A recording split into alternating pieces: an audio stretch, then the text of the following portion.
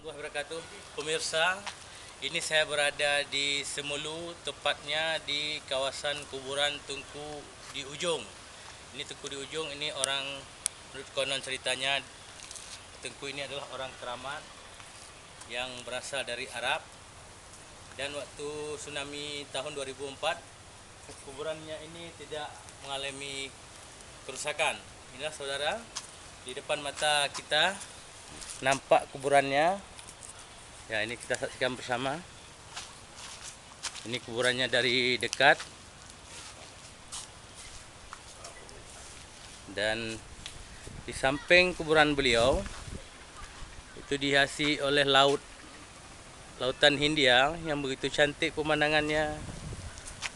Ini lokasi tempat kuburan beliau. Inilah pengunjung dari kota Banda Aceh datang ke sini khusus untuk berziarah di kuburan Tunku di Ujung.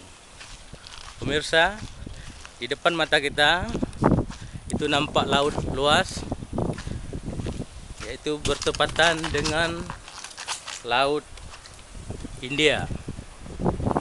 Nah, ini nampak jelas di depan kita.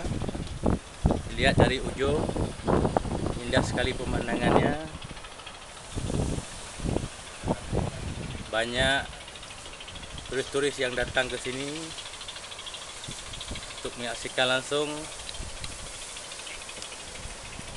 Ini lokasinya, lokasi kuburan Tunku di Ujung tersebut.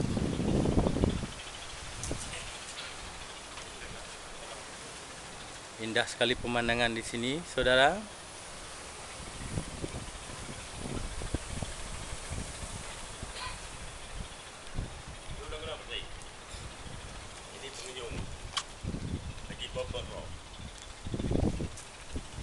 Inilah pengunjung yang dari Banda Aceh. Ya, alhamdulillah juga.